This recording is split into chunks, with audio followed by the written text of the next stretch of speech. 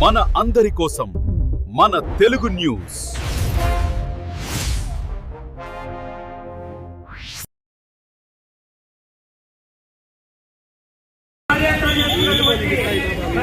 సోదరులకి మరియు ఈ కార్యక్రమాన్ని వీక్షిస్తున్న ప్రజలందరికీ కూడా బహుజన సేన తరపున ప్రత్యేకంగా ధన్యవాదాలు తెలియజేస్తూ, మిత్రులారా,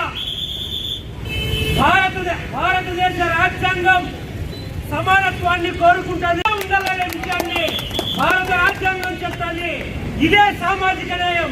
ఎవరి జనాభా ఎంతో వారి ఓటా కూడా అంతే ఉండాలని చెప్పేసి ఆ రోజు డాక్టర్ బాబాసాహెబ్ అంబేద్కర్ గారు రచించిన రాజ్యాంగంలో ఉన్నటువంటి ఆత్మ సమానత్వమేమనే విషయాన్ని ఈ ప్రజలందరూ గుర్తించాలి.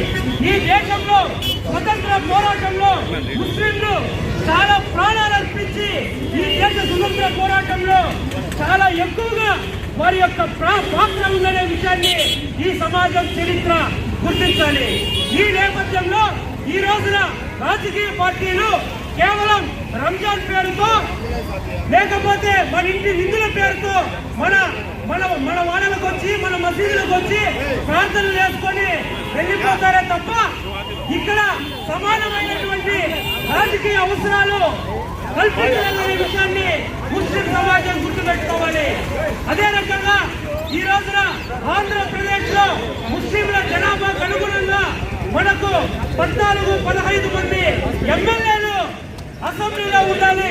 కానీ కేవలం రాజకీయ పార్టీలు భిక్ష వేసినట్టు మైనార్టీలకు ఏదో హజ్ యాత్ర పేర్లతో కొంత కానుకలు ఇచ్చినట్టు కాదు. మాకు సమానమైన జనాభా సామర్థ్య ప్రకారం రాజకీయ రిజర్వేషన్లు అన్ని రంగాల్లో కూడా కల్పించాలని చెప్పేసి ముస్లిం ఐక్యవేదిక చేస్తున్నటువంటి దానికి సంపూర్ణ మద్దతు రాష్ట్ర వ్యాప్తంగా బహుజన సేన తెలియజేస్తారని, వాళ్ళతో కలిసి పోరాటంలో కూడా ముందుండాలని సవినయంగా తెలియజేస్తూ జై భీమ్, జై భీమ్, జై భారత్.